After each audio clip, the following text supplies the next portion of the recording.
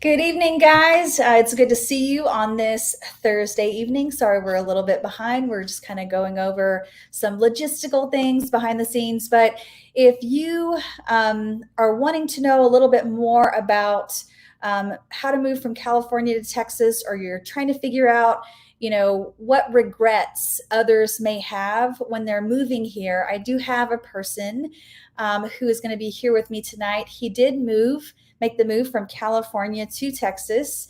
He has his own YouTube channel, and we'll mention that as well. So I'm going to go ahead and bring Steve on to our little show here. Welcome, Steve. Hello, Rebecca. How are you? I'm doing good tonight. So, Steve, tell us a little bit about yourself, where in California you moved from, and also a little bit about your channel too. 'Cause I think some of our viewers might be interested. Sure, absolutely. My name is Steve Feldman. I am a realtor in the same office that Rebecca is with, Keller Williams, in North Collin County. I would say McKinney, but I guess technically it's North Collin County. I've been a Keller Williams agent previously in California as well. Actually still technically have my license there as well too, and moved to Texas exactly 1 year ago. This upcoming Saturday, September 11th of 2020 is when 2020. Yeah, 2020 is when we got to Texas. And I came from Southern California. Like I said, I was a realtor there, but I'm also a YouTuber. I have a channel called Steve's POV. I'm approaching 400,000 subscribers now. Nice. And I have an Instagram as well. Steve's POV, about 80 some odd thousand. I do a lot of social Whoop, we media. lost you there a little bit. I speak, I'm sorry? We lost you Did you for a lose me for a second. second? You kind of went choppy. Yeah. So you're Okay. saying something about Hopefully social media.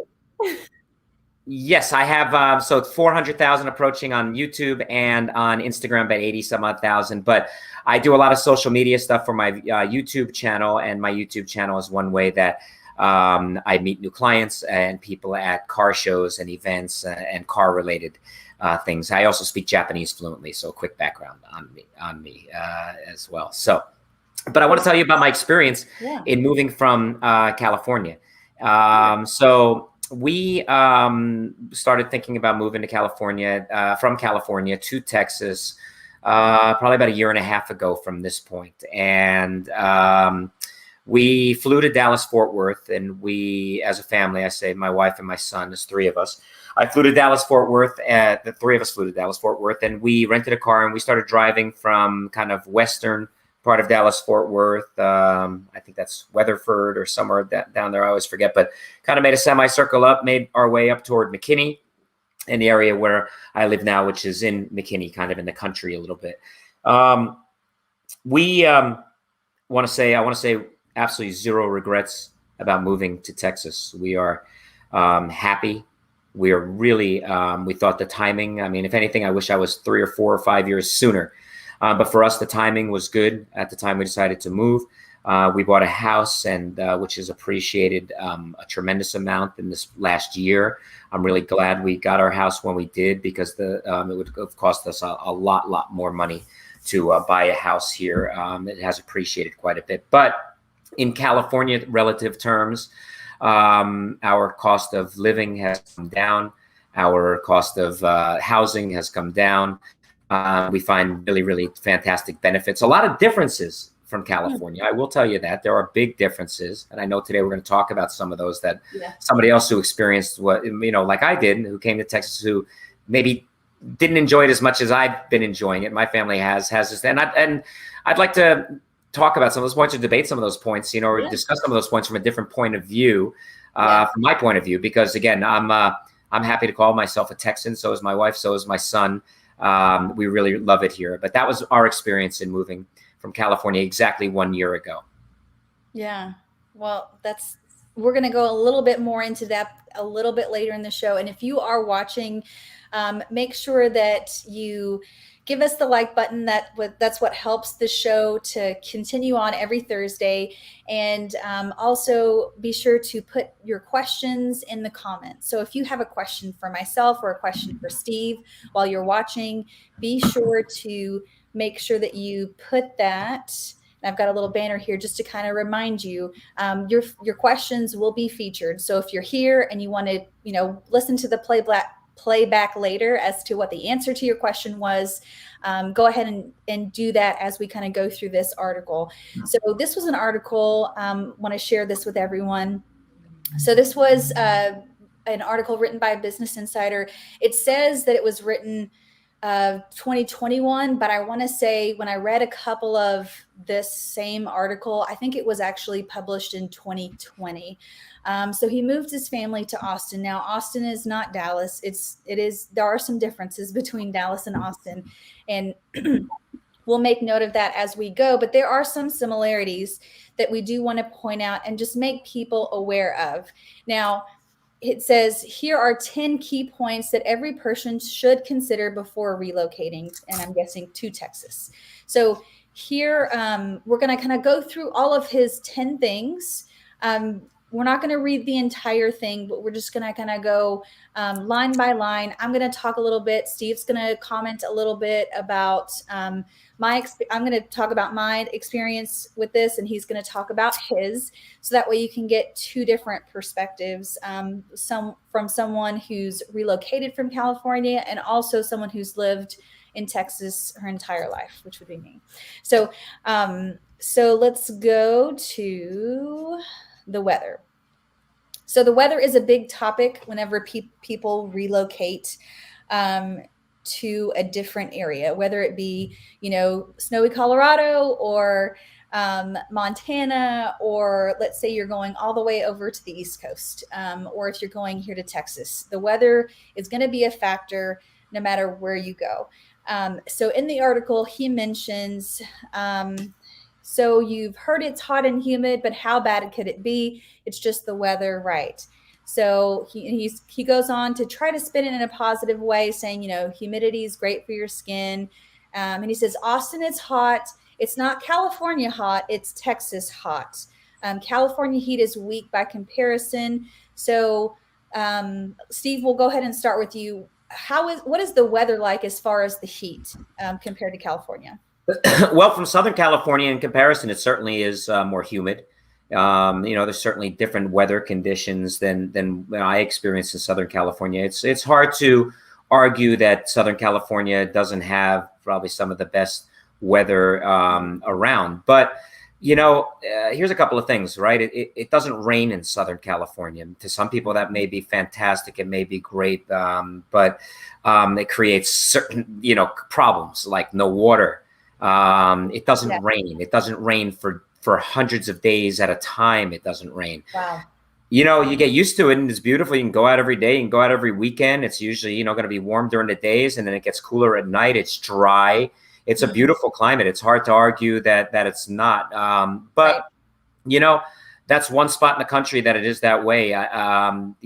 Here, I've lived in a lot of places, so I have a little basis of comparison. I'm from New Jersey and New York area. I went to school in Wisconsin. I lived in Japan. I've been all over the world, and quite honestly, Southern California is unique in many of the places I've been to and what it is. But I'll tell you this.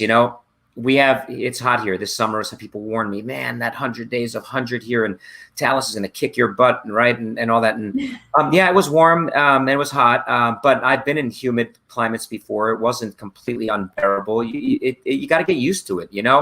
In some ways, it's kind of nice to have rain, and it's kind of nice to have normal kind of weather conditions, because you kind of look forward to the days when it's not raining more than when every day it's always blue skies, there's never a cloud and everything else. You really lose perspective on kind of reality some way. So for me, that was the way I approached it. It doesn't look like our friend Brett here in the article was as open-minded to the differences as I am. But certainly, I think if you really want to compare and say where was a better climate to be in, I think it's hard to argue that Southern California particularly is not a terrific, fantastic climate to live in. Go ahead. But you make different preparations, you dress different ways, you approach it differently, and that's the way it is here. And I was willing to. I don't think it was much of a sacrifice to accept the differences here, and my family was too, for the heat and some rain and some other things. By the way, too, Southern California, listen, they think it's beautiful, and we talk about just about not raining and sunny all the time in a dry climate. There is some humidity sometimes a year. There's something called Santa Ana winds, Mm. come in from the east, and these are strong, dry winds that drive the fires that you see, that drive Oh, the okay. weather conditions, the dryness. Your lips always dry, your hands always dry. I know I'm getting ahead, but he talks about some allergies and other things too. Good luck in Southern California if you got some allergies, boy. You could be miserable there. So it's not all, it's not all bells and whistles and, all, lollipop fields either. There's different conditions there.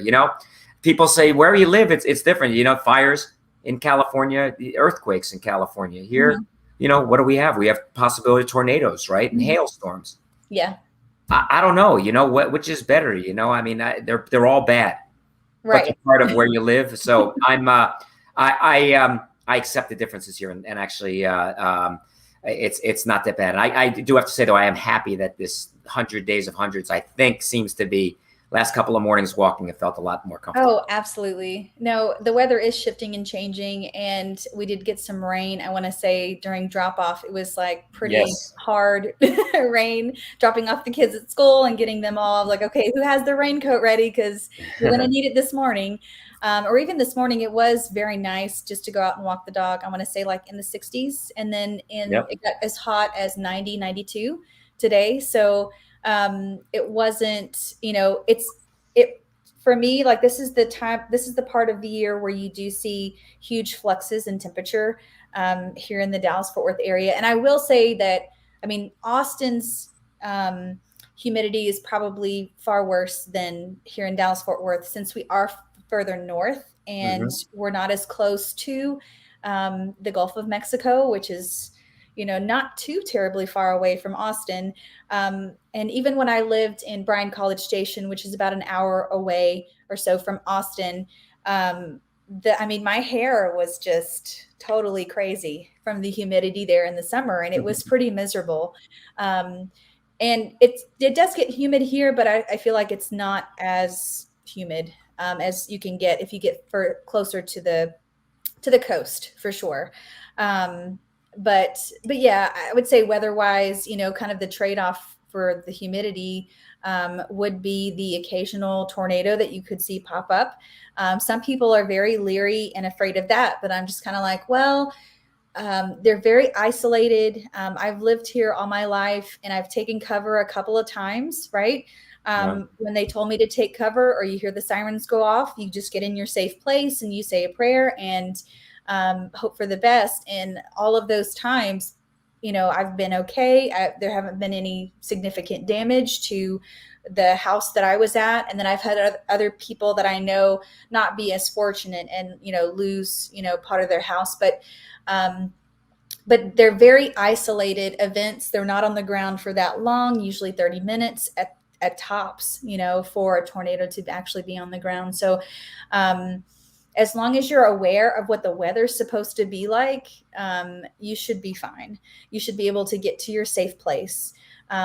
There are, I feel like, far worse things that Yeah, are try looking at a wall of fire coming down the mountain range right behind right. your house. And 2 hours ago, when it started, it was 10 miles away.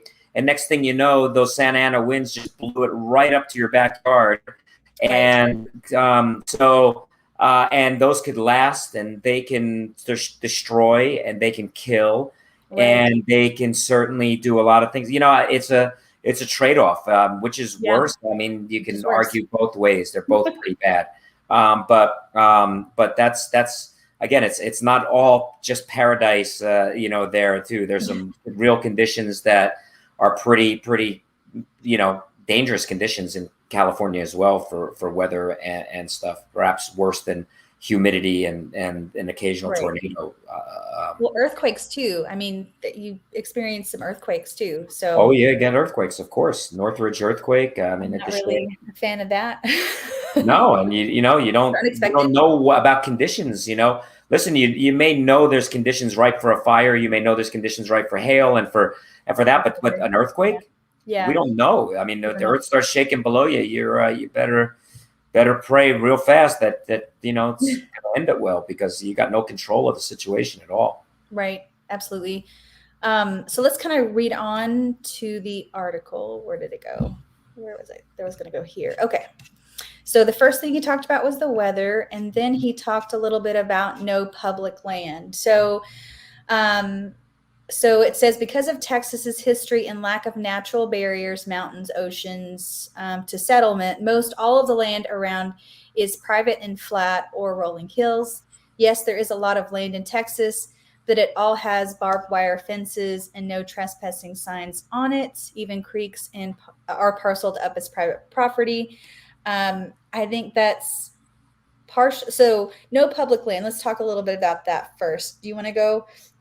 Yeah, I mean, California has beautiful parks and beautiful, you have oceans, you have a topography, and you have, a geography there that's made to have a lot of areas that people, places that like to do it. Let's face it, if I traveled to California tomorrow, I'd be going to the beach. Yeah. That's public. I'd be going to, mountain hiking right there behind there. That's all public. I get it.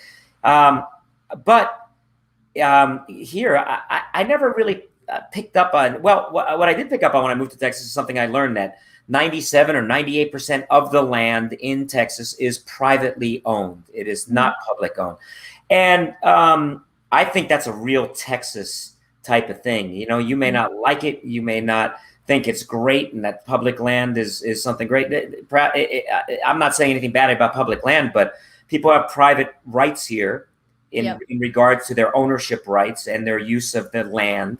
The state has not taken over, tens and dozens. I mean, what is it? Nevada is 80% or something in Nevada is public land. And it's not that it's all parks and, beaches, obviously, Nevada, but I mean, and lakes and stuff like that. But no, it's not. There's the government's got a lot of land here. I don't know. I don't see it as an issue. It goes somewhere. It seems like there's beautiful roads to drive on. Here in town, I got to tell you, there's beautiful parks with dog parks. I find them to be really nice. In fact, nicer than dog parks than I remember back in California, despite all the public space, that he argues. And never really, until I read his comments about that, never really thought about that point, nor thought it was a concerning point whatsoever. And heck, grab a quick flight to California and spend a couple of days at the beach and get the heck out of there and come back. That's what I say. Or just go to Hawaii. I mean, all of that land is public. Yeah. So, I mean, even all the beaches too. I want to say there's no private beach in Hawaii. Could be completely wrong about that, but I want to say that 99.9% of all the beaches in Hawaii, you can. There's private beaches in Malibu. There's private beaches in California. I mean, there's private beaches all over too, places that the public isn't allowed access to. But I don't. I like property rights. I like land rights. I like people owning and determining what they want to do. Listen, I like off-road driving in cars. I'm in the cars. So we came here. People said, "Oh, you got to go to Bridgeport." Okay. It was a nice hour and a half, 2-hour ride. Yeah. I don't know who owned the land. It really, I don't know. It was an off-road vehicle fun site, huge place. What did it cost us? A couple of dollars to go in, which at public land, they're going to charge you anyway, right? To do something. We go off-road and have fun. It wasn't, I didn't find myself craving private land, public land somewhere. You're so depraved, Steve. You're so depraved. I got so much. I can walk outside my house. I got thousands of acres of land. It's beautiful. Somebody might own it, but I'm okay with that. Right. And I think the other thing too, you have that pride and ownership too, of if you own like a large tract of land, you can do whatever you want. You can charge people, like you said, to go mudding on it. You can actually own your own deer lease. So if land in Texas can be really cheap depending on where you're looking. I mean, if you're looking out in the middle of nowhere, that's a good hunting ground. I mean, that would be a perfect spot for you to go enjoy on a weekend, go make it your own little deer lease. And I know that many people, just like you mentioned earlier, would be happy to, lease out their land for a couple of bucks or whatever, very inexpensively for you to enjoy it, exactly. while they have it. And Exactly. there are many parks, there are state parks and stuff that we have too. But like you said, the entire state, it's kind of a Texas thing. It's very much pride in that private ownership of land. By So the way, the huge fires in California, they're burning on public land. Okay, that public land that you can. There's an argument that has been mismanaged for a long, long time, and is partially responsible, or in part, ways that mismanagement of that land, of it is aided in contributed to the horrible fires that are going on. So, yeah. um, without getting into political situation about it, I think that that land is what's burning there. Yeah. Um, If we're not. someone was able to take care of it, it may be a different story. There could Maybe with pride of ownership and land, it's people take care of their land. I'll tell you too. You drive by a lot of places in Texas, and there's a lot of dumpy private land too. I mean, out Yep. here where I am in the country, you go from $1 million houses down a little road here, and it looks like an absolute junk pile. Yep. There's goods and bads with both, I guess. Yeah. But as a realtor and as somebody, here, I like the private land and the ability to work with people for hunting, like you said, for other Yeah. stuff too. That there's a lot of uses that can be done, and for not a lot of cost, and that's so. And also too, I don't know if you've been in Christmas time. Some people that have a couple of acres will, deck out their, land in like all these Christmas lights and Yeah, decorations, and have like music, and you drive through, and they'll charge a couple of bucks per car. And sometimes they'll have Santa Claus and pictures and fun things to do with the kids, and they're making money, but it's on their own land too. So yeah, that's kind that's of awesome. I think a that's nice great. a nice Yeah, thing. And also you get to enjoy it as an outsider. Oh, let's go see this one because they had really cool Christmas lights last year, and yeah, displays and whatnot. So nice. people are really creative. So let's go to I the next one. He's talking about nowhere to go. So is there really nowhere to go? I've been everywhere. I mean, I've driven from Dallas to I went on a car rally from Dallas to San Antonio to Austin to Lake Travis to back. I thought that was a beautiful drive. We went down to those breweries down in that and through some of that country back there. We found a way to Lake Travis. I forget that Fredericksburg and Yeah, places like that. I Fredericksburg. thought it was Oh, beautiful area. yeah. I thought it was super nice. I mean, we can. I go north here. We got in Oklahoma right near us here. We've got the Texoma River. You have beautiful lakes all over here. Man, if you're into boating or jet skiing or any of water sports, it certainly seems like there's tons of stuff to do here. There's hunting, there's car shows, there's beautiful country roads. But Mhm. again, if you're somebody who loves to see the ocean, and you Yeah. live in Dallas, you're not going to see that. If you're somebody who No. loves the mountain passes on the way to the ocean in Malibu and all that, no, you don't have that. But Yeah. I'm okay with that. I like the scenery here. I like it. I like seeing no graffiti around where we live. You know what? I like that. I like seeing no tent cities all up and down the area where I live. Because if you go on a ride in California or you go around there, that's what you get to see until you get far outside of the cities. So I no issue. I love it. The roads are there are busier roads now. I mean, the traffic has picked up certainly on roads like the 380 and some of the Yeah. other things up here. But I mean, that's a growing. But open to the country roads and take some of those. They're fun. You see some old houses. You see old farms. You see Texas Longhorns. Man, there's Mhm. no good places to eat. Yeah. Um, I will argue him on that point. I think there's lots of cool places to go. Dallas, you got museums, Mhm. you've got culture, you've got stadiums, you've got football, and guess what? They're open and Yeah, they've they're been open. conducting business and they've been having shows and people doing stuff, right? As Yep. opposed to people in California for the last year and a half. So Yeah. I disagree. Yeah, I disagree as well. I don't think that he's taken a Texas road trip. And if he was, it maybe was, I don't know, just the highway. But there's some really beautiful. I mean, I've driven in the Texas Hill Country closer to between Austin and San Antonio. New Beautiful. Braunfels is Yeah. beautiful. All the Yep. rivers. I mean, and that's the other thing too. I was talking with someone else who lives in Austin, and she said, "Does Dallas have a place where you can just go take your shoes off and go walk in the river?" And I'm like, "No, that's not Dallas." No, not rivers, but I mean the lakes are here. They're all There's nice. lakes, but yeah, they're not like right in downtown. I think Austin has a couple of different rivers that you can just, walk and stroll in the riverbanks. And it's really, Yes. really nice over there. Lots of tubing as well. Yeah. Tubing is very popular in Austin. You'll see lots of people floating down the Guadalupe River. And it's cold water because I guess it comes from a little bit of the hills, a little bit cooler up there. Nice. We don't get snow, so like if you are wanting to go snow ski in the morning and then go surfing in the evening or vice versa, that's probably not going to happen. That can happen in Southern California. I mean, Right. certainly you can do that. You can go from the ocean and drive inland 2.5 hours to up to Big Bear, and you could be skiing at the same time. So I mean, there's It's crazy. again, if you value that lifestyle, it's going to be hard to argue. Yeah. I don't know anybody here who's arguing that, hey, this is USA's new surf spot is in Dallas, Texas.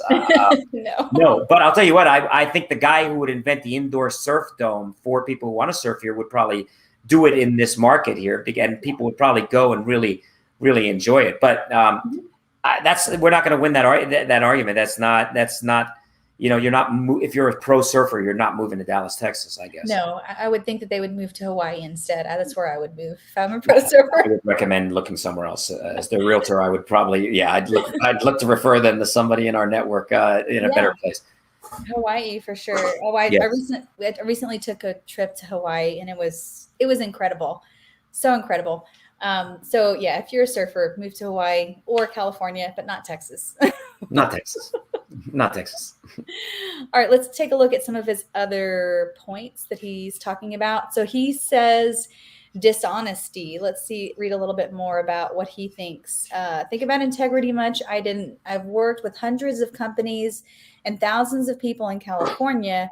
Sure, there are bad apples, but by and large, integrity is a default way to treat people here. It's not even something we talk about, not so in Austin. So it says, first, it was the people we bought the home from. They lied about the cause of a leak, failed to disclose.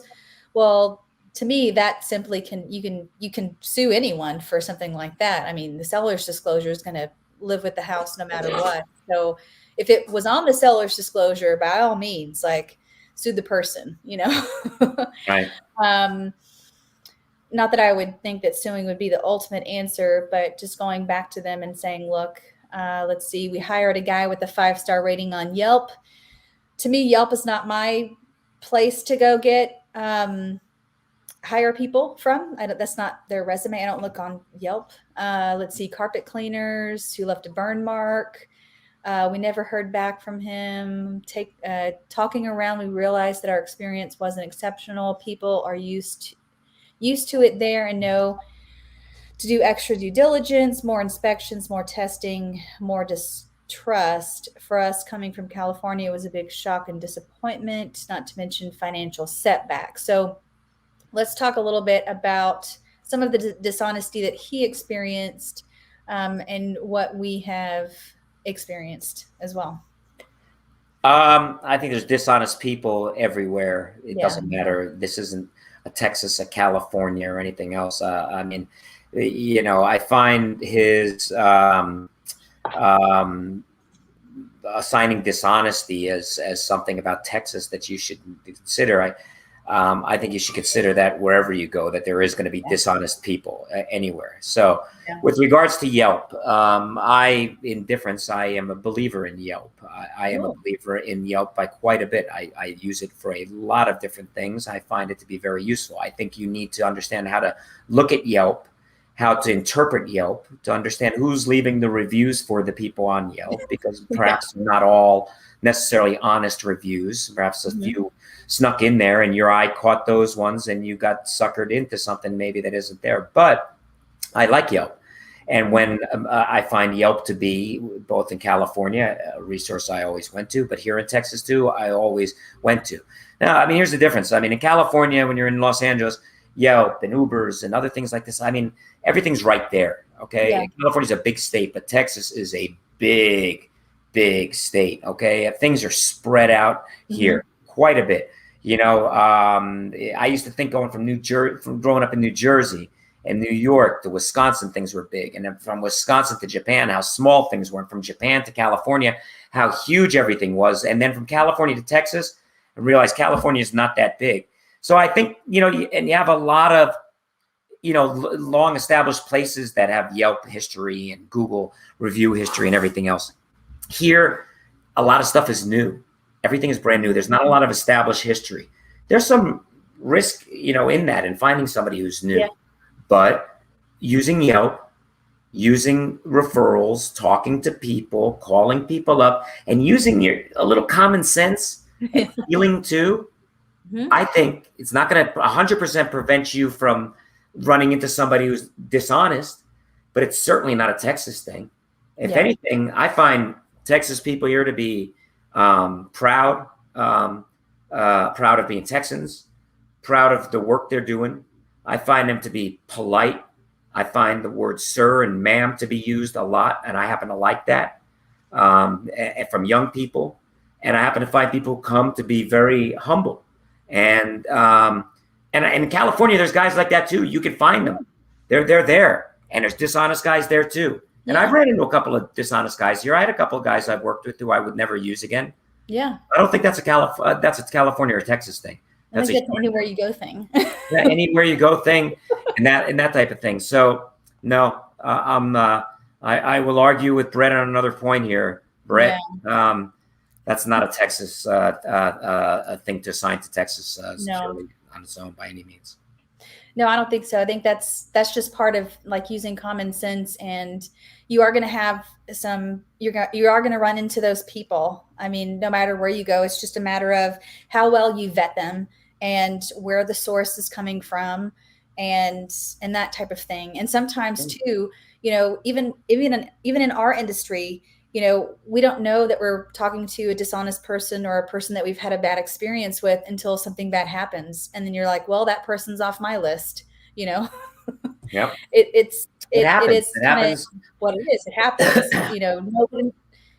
no person, even if it's someone that I try to recommend, I try to let you know that, hey, I've done a couple of things with them, but let me know if they mess up, and I can't resolve that issue with them, then they're off my list. I'm not going to recommend them anymore. This happens everywhere. So, Brett, unfortunately, if anything here in Texas, I mean, I think you need to be afraid if you're going around trying to defraud people or be dishonest to people.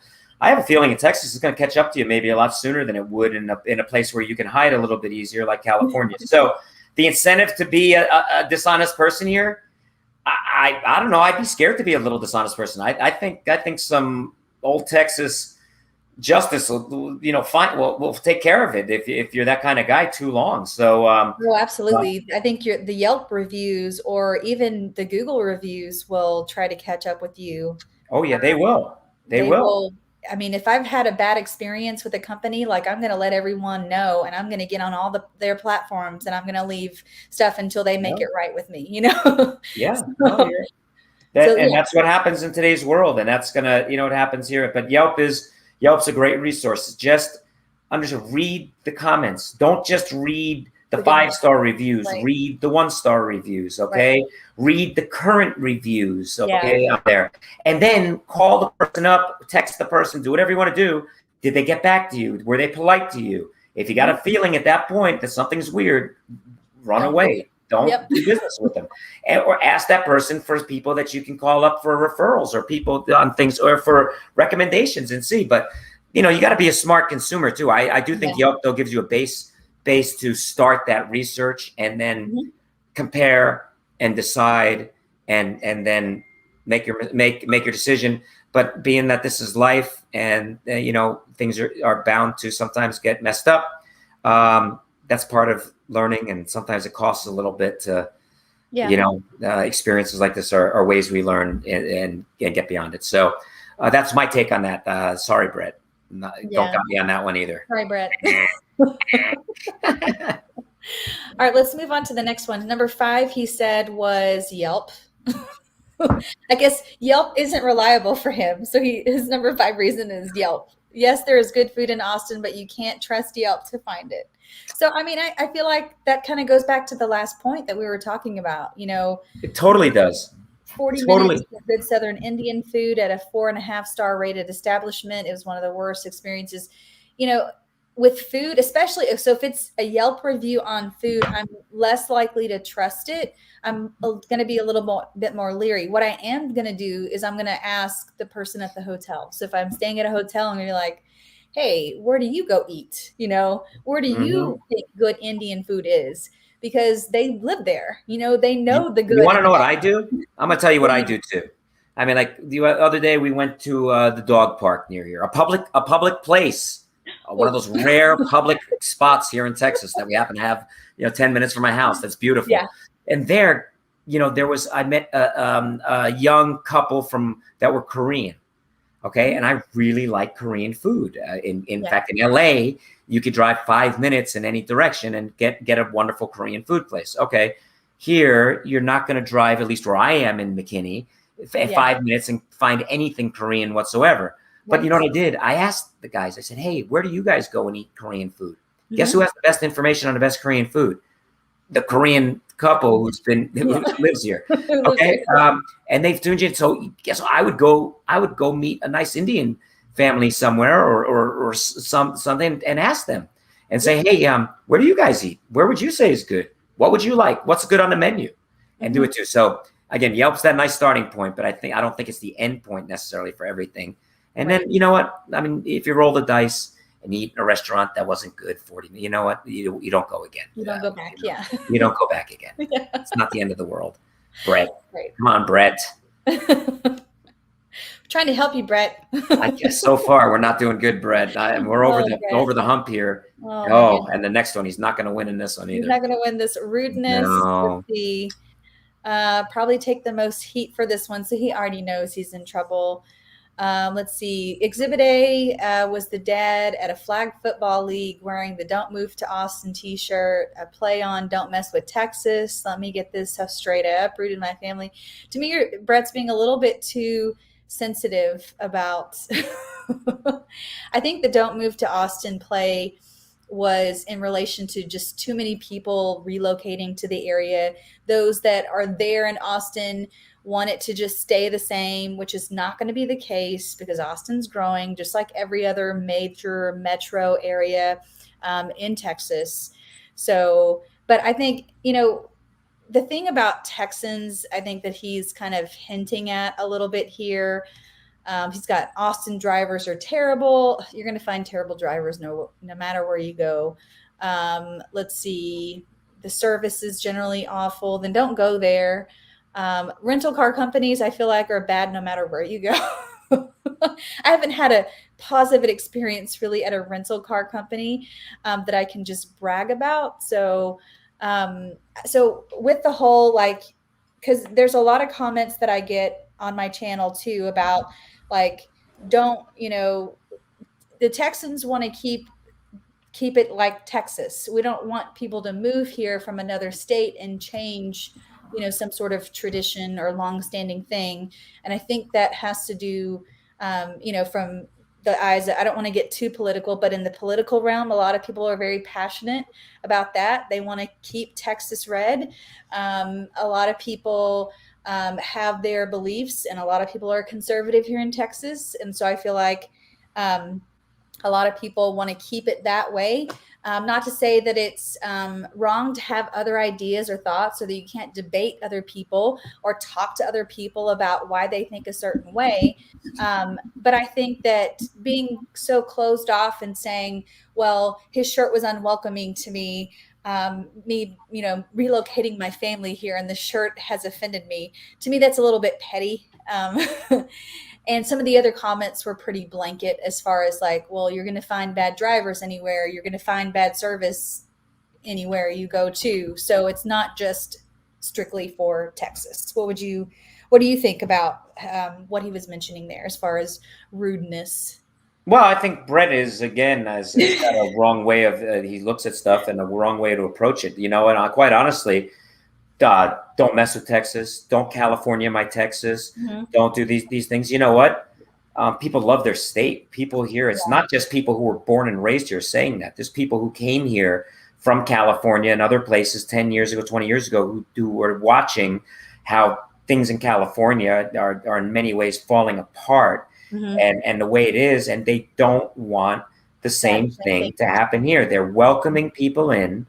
They're not whipping you the middle finger and taking a baseball bat to your knees and driving you out of the state. I mean, they're telling you, listen, I mean, this is the way I interpreted it, at least. And when I moved here, a lot of people came up to me when I think too, guys in my neighborhood said, you better not be bring that California stuff here. You know what? I get it. In fact, I thought it was cool. Some people thought I would be offended by it. And my neighbor said, "Hey man, those guys, were they offending you?" I said, "No, not at all. I didn't move here because I'm in love with the way things were in California. If I was, I probably wouldn't have moved here."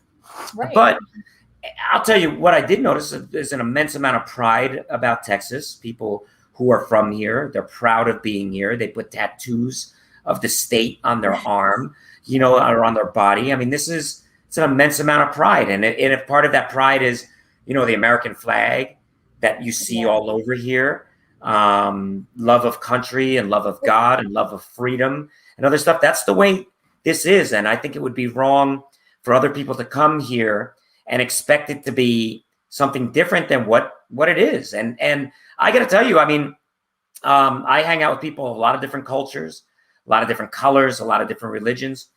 I find people open. And then I mentioned it before too, young people. Yes, sir. Yes, ma'am.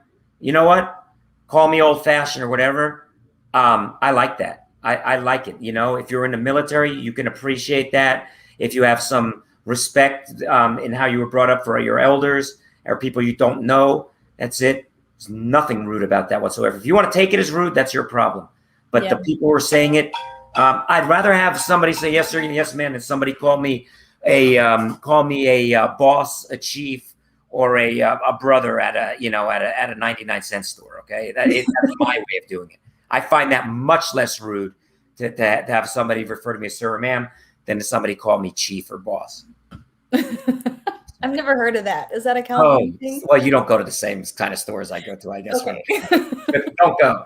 Don't. Okay, I won't go to those stores. Maybe you're not a chief, or maybe I'm more of the chief or the boss profile. I don't know. I can't escape it. It's okay. All right, number 7 says conservative dystopia. So it says, if you ask people from other parts of Texas, they'll say Austin is not representative despite blah, blah, blah. Okay, this is probably true, but here are a number of messed up things about Travis County. A lot of newer developments are built on converted ranch land, which may be distant from other developments. Let's see, one affluent neighborhood suing the developer, blah, blah, blah. Okay. There's also a little public school of choice. And then he's got in West Austin, just public schools. I don't know why, but I heard that high school football industrial complex opposed charter schools. And then there's water again. Austin literally, they have water restrictions in place while it's flooding. So this looks like the conservative dystopia. To me, this is not like you being conservative, but this is looks like water conservation. He's arguing school of choice and new development built on ranch land. So I can speak to the top one, like the new development because of ranch land and farmland. That happens all the time because guess what Texas used to be for so long? All the land used to be what? Farm and ranch. Yeah. So it's not uncommon for someone to sell the farm, get several millions of dollars because they're, so close to Austin or whatever metro city they're closest to, and you start building.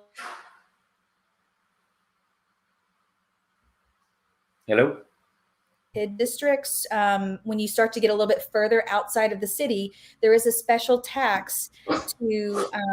to set up the utilities for certain communities. So you just have to be aware of which communities there are. There's some around Dallas. There's some around Austin. I'm sure they're around every major metro area.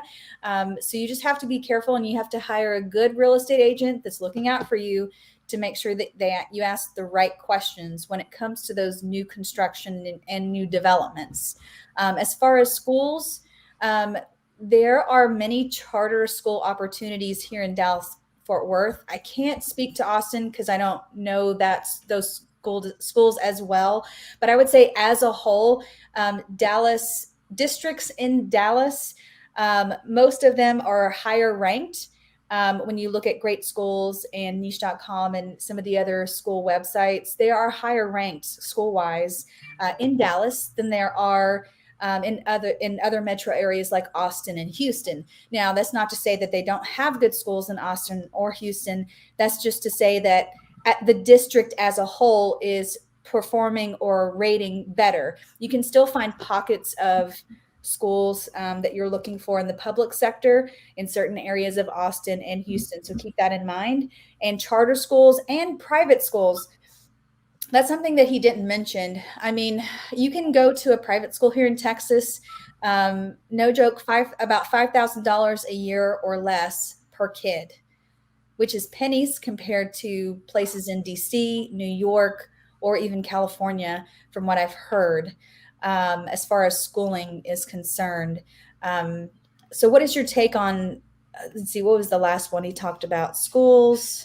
Well, I'd like to pick up on where you left off about schooling, because I have some private personal experience with it. So as a father of a son who's 21 years old, who's a senior in college now, in California, I paid $30,000 a year starting from middle school to send him to school. Well, it was 20 some odd thousand. It wound up by the end, it was at $30,000 a year.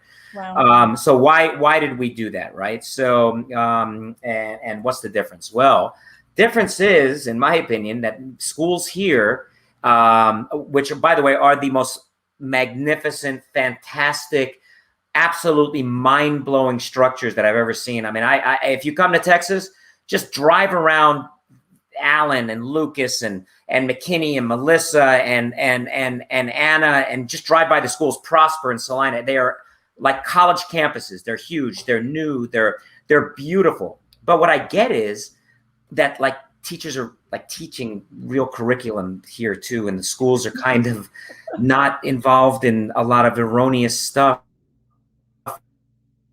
Oh, I lost you, Steve. In California, I lost you at erroneous. I lost you at am I erroneous. back? Okay, erroneous. So what I'm saying is that the schools here are probably not involved in as much of other erroneous type of things that maybe parents don't like at schools that you're seeing in California, which is one reason why, on top of paying huge taxes in California, I decided to pay $30,000 a year to send my kid to school from middle school.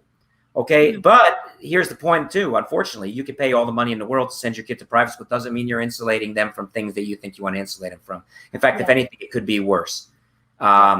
So I think the beauty is, I don't have kids in school. You do now. You know, my son actually, though, next year, after graduating from school on the East Coast, I hope that he's going to come back here, and that in-state tuition at a Texas school will be something that we can benefit from finally after all these years of paying hundreds of thousands of dollars for education. But I look at these schools, I almost wish that if I had a young kid that, you know, they can attend one of these schools here, because what I hear and what I see and in talking to and looking at the kids coming out of school, I mean, I wouldn't pay to send my kid to private school here. And I don't think there's as much of a demand for private or charter here, probably because the schools themselves are actually doing their job.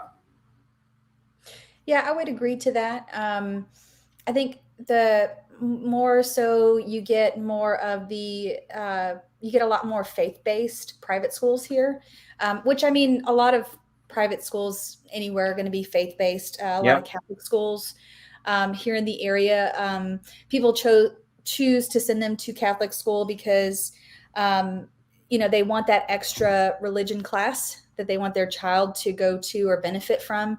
I would say that's more of the driving factor for private schools, or it could just be in a maybe a rougher part of Dallas. You might consider a private school education. Sure. Um, as a result, in regards to if you feel like the school's not going to do as good a job. Um, the other thing too is I feel there are many charter schools here as well. I mean, I almost got a job at a charter school, um, and it was actually the Harmony. Gosh, it was the Harmony School for Science, I think, as math and science, Yeah. and it was it sponsored by Bill Gates, I think. Don't quote me on that. But there are several. There's like leadership academies too. There are some other ones too. Great Schools is another classical education. So if people are looking for more of a Yeah. classical education versus your traditional public school education, Can I tell you what else they're doing here that I heard that I've moved a family and a client of mine moved in, leased them a nice place in McKinney, and their daughter is a senior in high school. And I asked her because I wanted to know. So, to some people this doesn't matter. To some people it does. It always bothered me a lot in California, where my son was born and started to go to school, starting in public school, then to private school, as I mentioned. mm-hmm. There was never a pledge of allegiance to a flag in there. You never stood before the flag. You never pledged allegiance to the flag. Wow. And I was never understood why. I was asked, and they just never did it. Here in Texas, it's amazing. I hear that they are not only pledging allegiance to the flag, to the Texas flag as well. And the girl thought it was quite fascinating. She's young, and she thought it was really cool. And you know what? When I heard it, I kind of got like chills, and I thought it was pretty cool. And I said, well, you know what? Because I had thought that people had given up on doing something as simple and basic as that, what we did every morning, and but they're doing that. So I also heard something else. This was amazing. In public school here, in order to graduate, to get out of a public school degree, you have to take a class in leadership. Is that true? She told me. I'm not sure. That might have changed. I know that you have to get like Texas history in there, She told me about that, but no, she told me leadership. She had to take a class as a senior, something she might have taken earlier on in high school, but she has to take a leadership class. And I thought that was cool too. That's nice. And that's being taught at public school. That's great.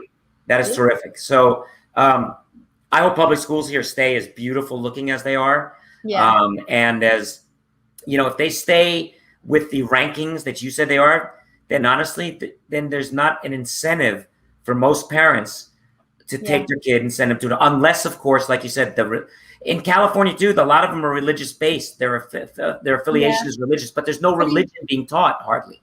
There's still some bullying aspects to some of. I mean, any school that you go to, I feel like there is the possibility that your child could be bullied, right?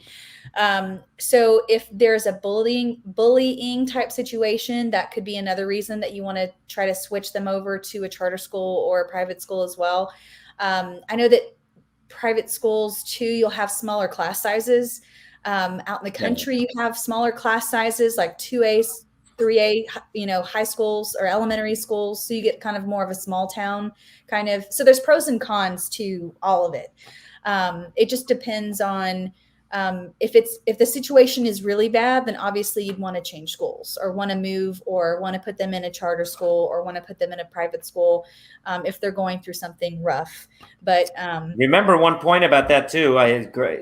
Private schools in some ways, right? Yeah, yes, agree with what you said. Get your kid out. Obviously, your kid has to be safe. But remember, when you go to private school, you've now circulated around you people with a lot of money, in a sense, but perhaps more than public school parents. And with money comes a lot of other potential big problems, because kids have money to spend on things that you don't want your kid spending their money on, drugs, other things, and lifestyles sometimes of the rich and famous that are, at least in LA, I could tell you what kids would come to school. My son would come home and tell me about kids who showed them stuff, pockets full of cash in 6th and 7th grade, $3,000 and $4,000.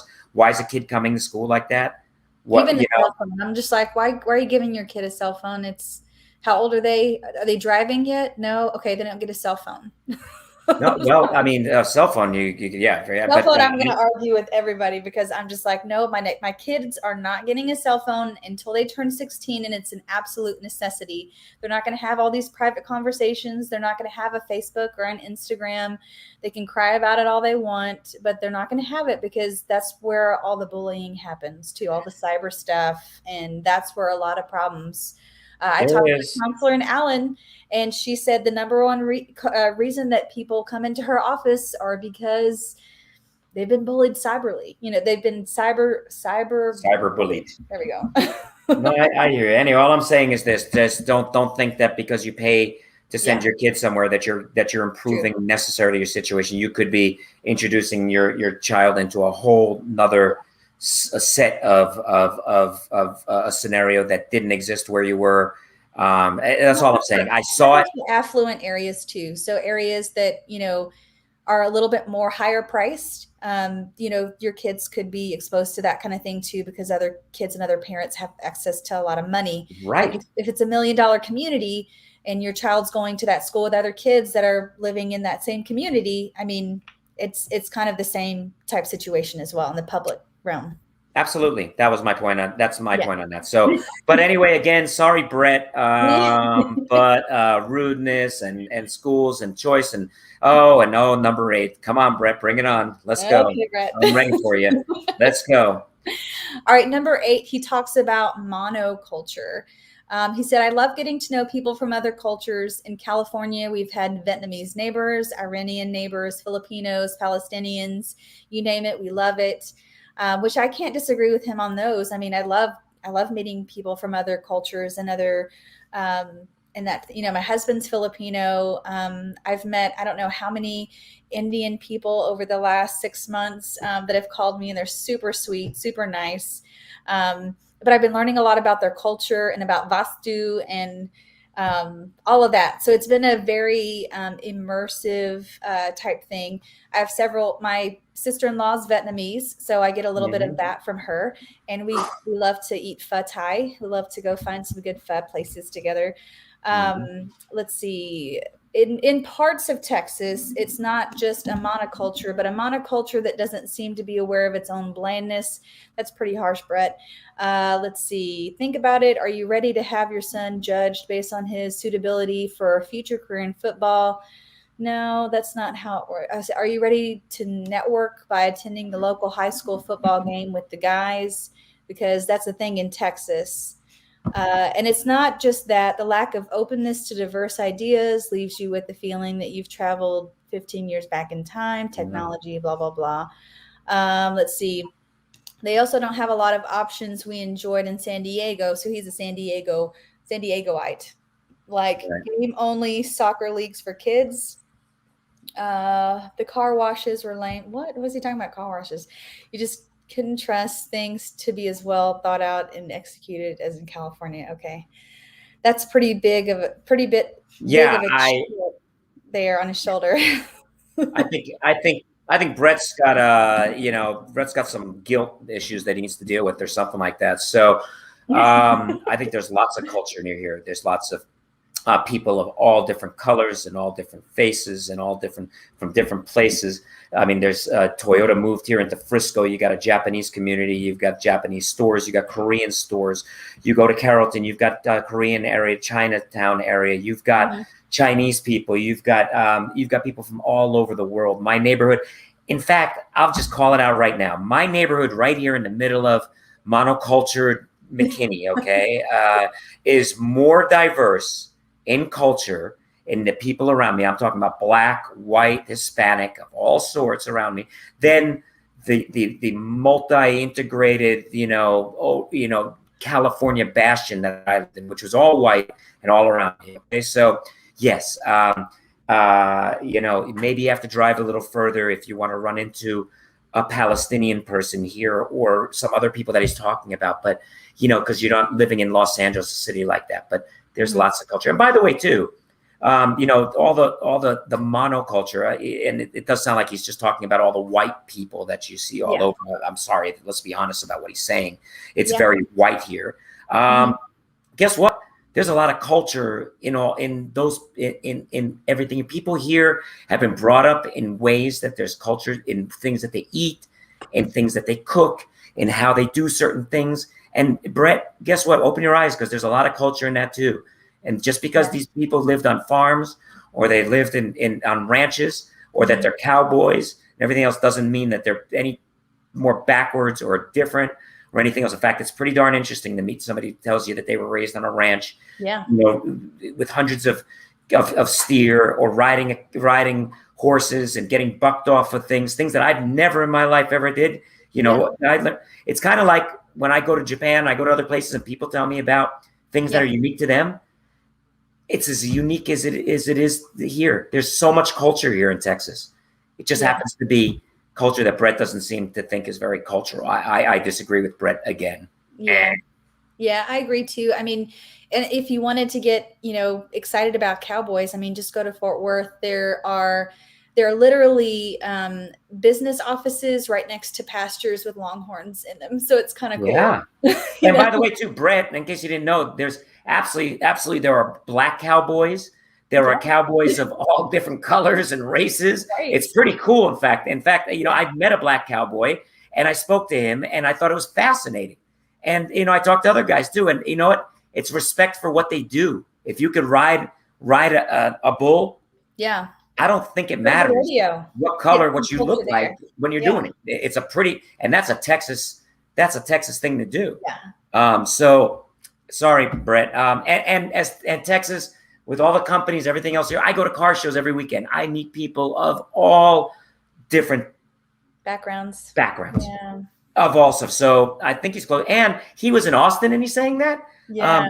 I think Brett had his eyes closed, or blinders on, or something, because Austin seemed to be pretty. I don't know why I drove 40 minutes for Indian food either. I mean, where I stayed down there, it looked like you could find a closer place than 40 minutes for Indian food. If I had to bet. No, I've had to bet too, and I'm sure that there are several people from Austin, if they're watching, or I know several real estate agents from Austin that could probably debunk that myth as well for Austin itself. Agreed. So let's take a look at some of what else he's got to say. Punitive. Okay, I do want to talk about the sports and the football, because that is a cultural thing too. Sure. So punitive, militaristic schools and sports. So he had 3 kids in the local elementary school, rated 9 out of 10. Brett, 9 out of 10 doesn't mean anything. You have to go visit the school. You have to talk to the school. You have to do more due diligence than just look at a 9 out of 10 rating.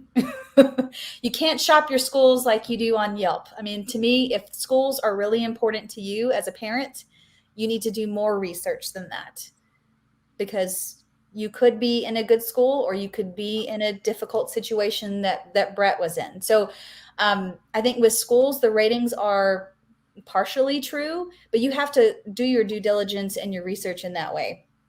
That's part of it.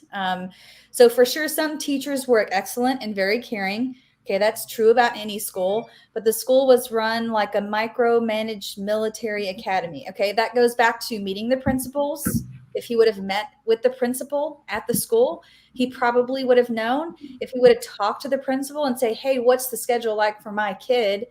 He probably would have known this before going into it, right? Our kids complained about PE and the music teachers. So to me, if you are in elementary school and you're in music or PE, I felt like my kids love both of those things. So if his kids are whining, maybe there's something else going on too that they're not telling you about, Brett. Yeah, Brett, you shouldn't have moved to Texas, first of all. Let's just be honest about that. This was a massive failure and mistake on your part. First, let's start by admitting that, Brad. This was a mistake. You shouldn't have moved. Your kids, you know what?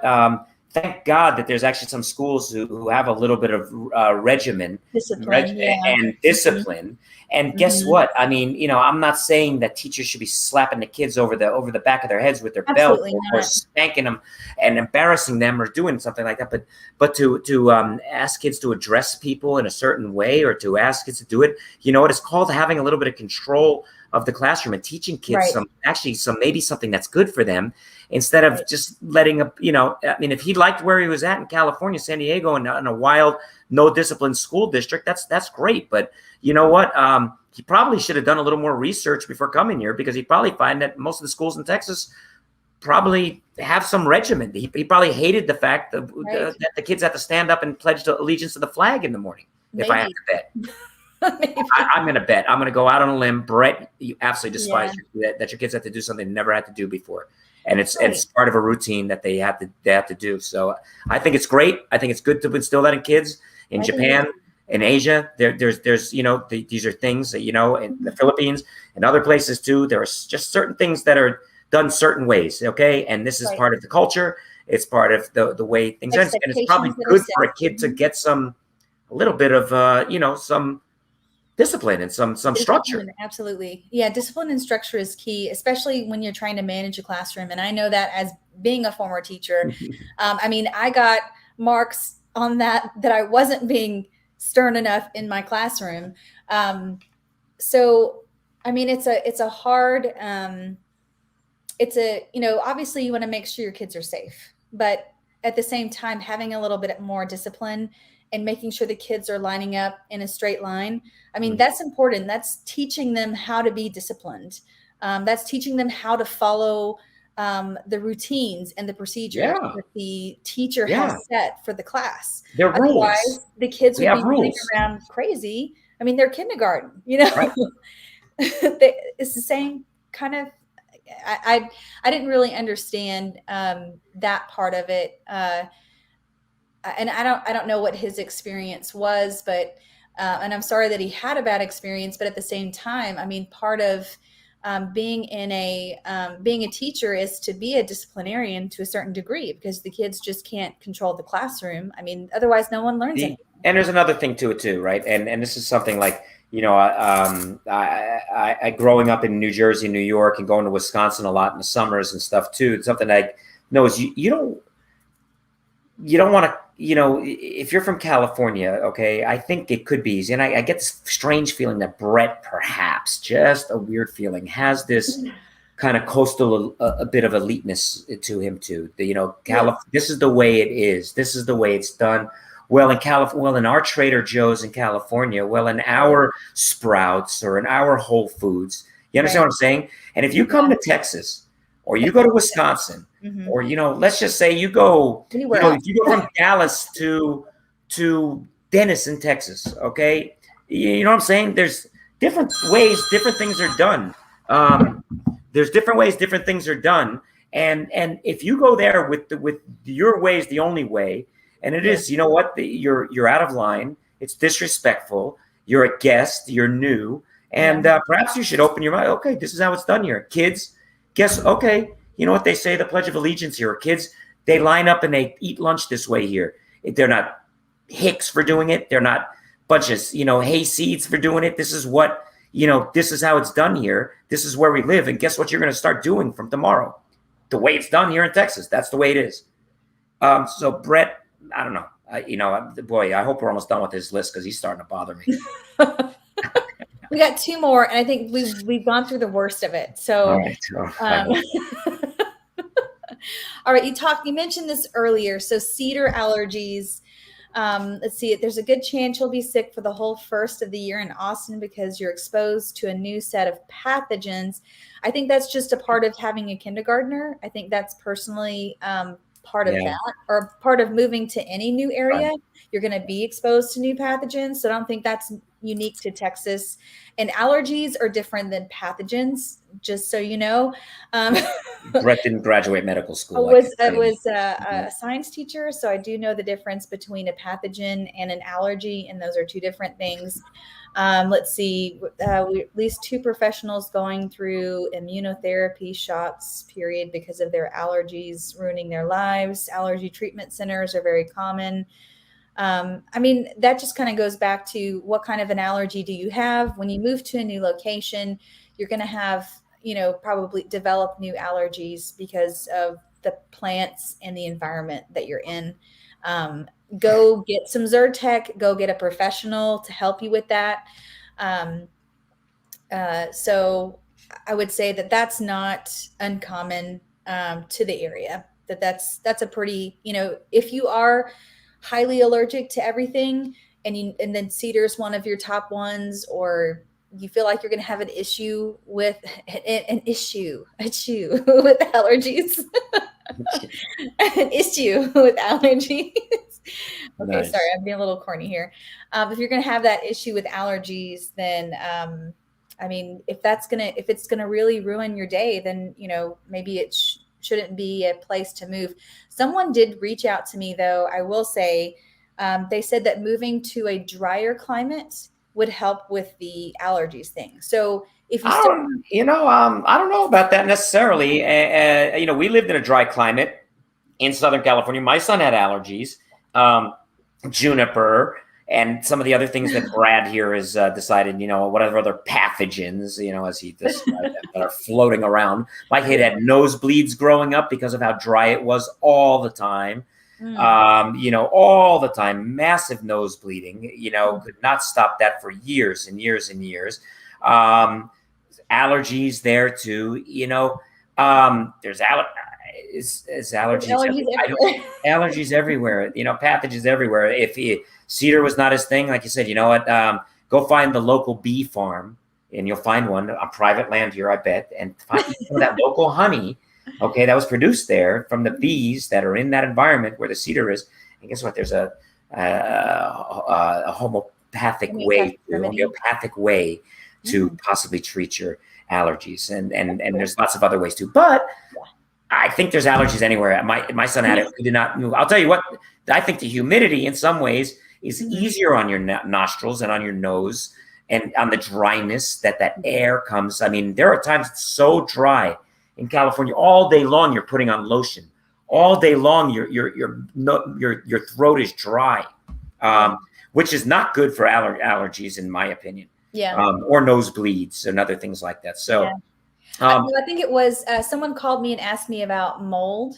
They were having some mold issues, and I think her doctor recommended moving to a drier climate. And so I recommended like West Texas, El Paso, part of the state, because if you still want to stay in Texas and enjoy Texas and Texans, then try moving to. I know El Paso is growing. Yeah, bounce over there too.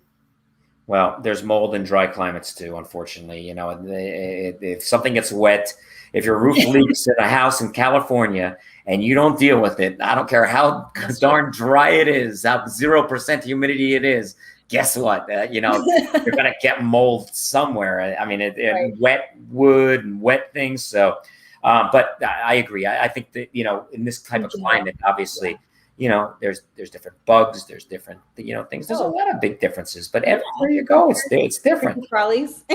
Yeah, I like the June bugs. Those are cool. I never saw those before. Oh yeah. Really? No, never saw those in my life. They were awesome. And the frogs, we got frogs everywhere. I can't believe the amount of frogs. Frogs. My dog likes the frogs a lot. Your dog likes the frogs, yeah. She likes to slap them. She doesn't eat them. She slaps them around.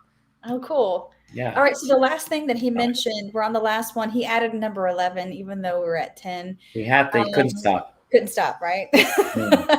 And so here he's being dumb. Right. Dumb. Big luxury home obsession. It says, let's see, I'm guessing because of the lack of public land. He's all hung up on this public land thing. Let's see. And so there's pressure to keep your house immaculate. You can buy a home that's really nice by California standards, updated kitchen, crown molding, only find that everyone else's house is much nicer than yours, which we didn't care about until we found out that no one wanted to buy our less than luxurious home. So what are your thoughts on the obsession piece? That's so stupid. I mean, obviously Brad didn't drive into La Jolla, right next to San Diego, where he lived, where the average price of a home is probably $1.5 million. And let's face it, some of those houses aren't even equal to a $300,000 or $400,000 house here in Texas in the sense of size or scope. But they're castles, they are gated, they are white palaces. All over LA. Did you ever hear of a place called Beverly Hills? Did you ever hear of a place of, Santa Barbara or anywhere else? Okay, you want to talk about castles and huge houses and luxury and money and just, disgusting wealth. He came from it. He was right there. So he came here, and now he sees a different type of thing. What's different here is that the type of construction is different. These are big, strong, complex, structured houses that do look different than stucco style houses in California. Oh, yeah. They're different than the houses on the East Coast, the traditional colonial type house. This is a Texas style house. These houses have grandeur to them. If you're on an acre lot, it looks big, it feels big, especially when there's no trees around it and everything else here in this Texas type of. But Brad, those houses are in the hills of Hollywood on some of the most expensive real estate in the world, that are houses that are 7, 9, 10,000 square feet, 10 million, $20 million houses and stuff like that. And people here have a $400,000 or $500,000 home that looks like a castle to you, and they're living their lives and they do it. I don't get the, I live in a gated community. The houses here, they're $1 million houses, and there's houses that are like mine that are not $1 million. But everybody has pride and ownership, as do the people in California. People here, actually, I'll tell you what, Brad, people here are cutting their own lawns on their acre properties.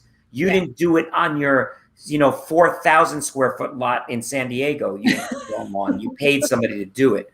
And probably more than people here, would pay somebody to do it. But people here do it themselves. And they take pride in their houses. And you know what? They like staying at home and they like entertaining, but so does people in California too. Yeah. They really do. So, sorry. I think a little bit of, too, I would say that when you are living in more of an upscale neighborhood, that, to me, it kind of goes back to, do you really care what people think or not? Or how much do you want to enjoy your house? I think people like to enjoy their houses here in Texas. And so as a result of that, if they do have some extra money and they invest it in their property, they're going to enjoy that granite in the kitchen. They're going to get to enjoy the new chandelier that they put in, and they want to show people about it because they're excited that they had the extra money to even get it anyway. But that's the exact same thing as California. Whether you're putting new granite in or you're making a new barbecue pit because you're a Texas barbecue, because for generations your family has barbecued stuff in Texas style. Guess what? In California, you're putting in the pool, you're putting in the fountain, you're putting in all the concrete backyard, you're putting in privacy fencing. You're doing other upgrades anyway. So honestly, but people here are putting pools in too. I mean, I can see why after the summer, why people would appreciate having pools here too. But it's a castle here in California. If you went to California being a Texan now and go to California, you drove through those areas that I just said, you'd say, wow, why do people live so wonderfully here in these castles? Yeah. To Brad's eyes, these were castles. People's here's eyes, when they go there and they look at the price and they see the gates and they see how people live there, I'll argue that those are bigger castles. They're more expensive castles. Right. And the people who live in them are certainly more elitist. There are more people that can afford castles here, Steve. What's that? There are more people that can afford castles here. That's right. More people. You're right. More people can live. I like how you said that. That's right. It's affordable. You can have a beautiful house here. And I'll tell you that the construction quality on houses here, Brad, is much better than the average construction on the stucco homes in California. I feel that my house here, and I don't live in a ultra custom home. Yeah. It's not a boiler. It's not a, what do you call it? It's not a templated house, but this house is solid. I don't hear doors opening on the other side of the house. I don't hear a second floor people walking around. It's solid. And real brick on the houses here. And so I'm saying I think the construction quality is good, and the houses here are beautiful, and Brad is oversensitized and should probably run back to California real fast and admit that he made a terrible mistake. I think he already has. And good. He should stay there. I'm sure he's going to be very happy. Yes. Texas will be happy too without him. So thank you, Brad, for going back home. I think too, part of his pity party about that was that he bought this big luxurious home, but he only lived in it for a year and then had to try to resell it with all of the standard upgrades instead of, having time to put in extra money. Yeah. So his house compared to somebody else's house that was selling Well, of course it's not going to look as nice because he wasn't in it that long and he didn't have time to put in all the nice fancy things that he wanted to And guess enjoy. what Brad probably did, if I had to guess? He saw What? that house for sale. And the big California guy with all the money coming out of that $1.5 million home was like, I'll pay whatever it takes for that $500,000 home or $400,000, $600,000 home, whatever he wound up in, right? Yeah. Didn't matter because he had all the money to do it. All So the money. maybe all the money. And then a year down the road, maybe he realized, well, okay, maybe I didn't have to spend all that money to get everything that I wanted. So, Yeah. guy, be open-minded to other places. Go there, feel it out, drive there first. Don't read an article from a guy like Brad, or don't listen to a podcast or something like this from me and you and just take what we say about it. Right. Get on a plane, do what I did, stay for 3 or 4 days, go to some events, go to some local restaurants, say hi to local people, call the local. Say hi to us. They can say hi to us. They can visit us. Call Rebecca. Come visit us. Come visit me.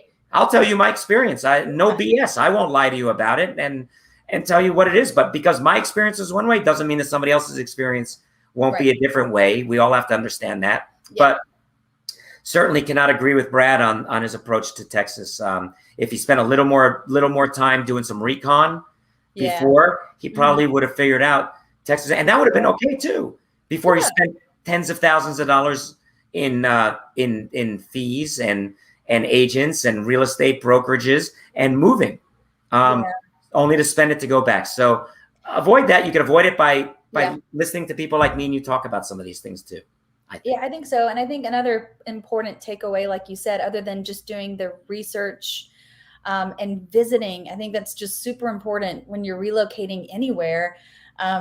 Other than the research, is to just be smart about it, right? So if you feel like it's not going to be a good fit, then don't move there. Don't do it just because everyone else is doing it. I mean, what benefit is that going to do you or your family?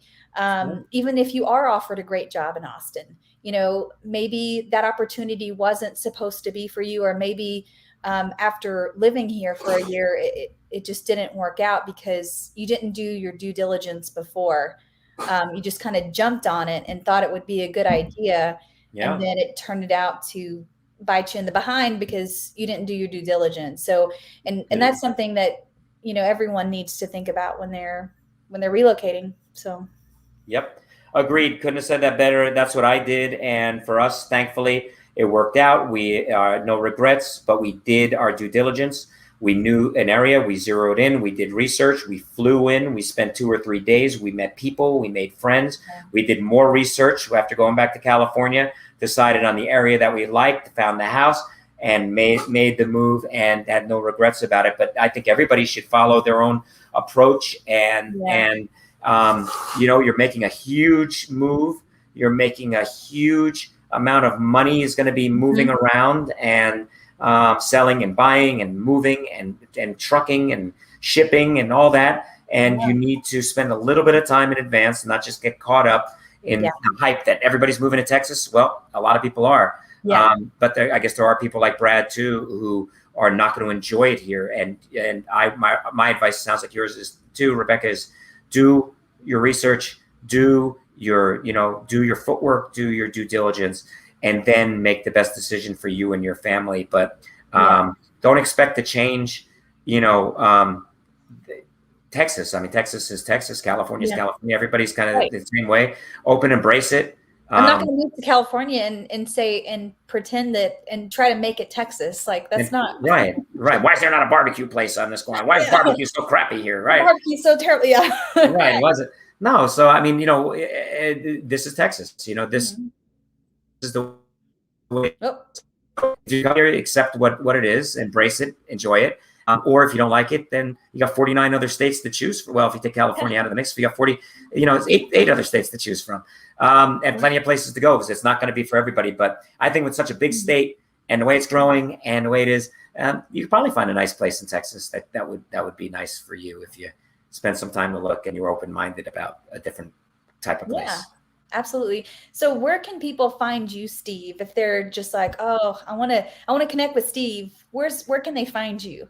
Well, you can reach me on social media on all the platforms. It's Steve's POV. It's Okay. one word.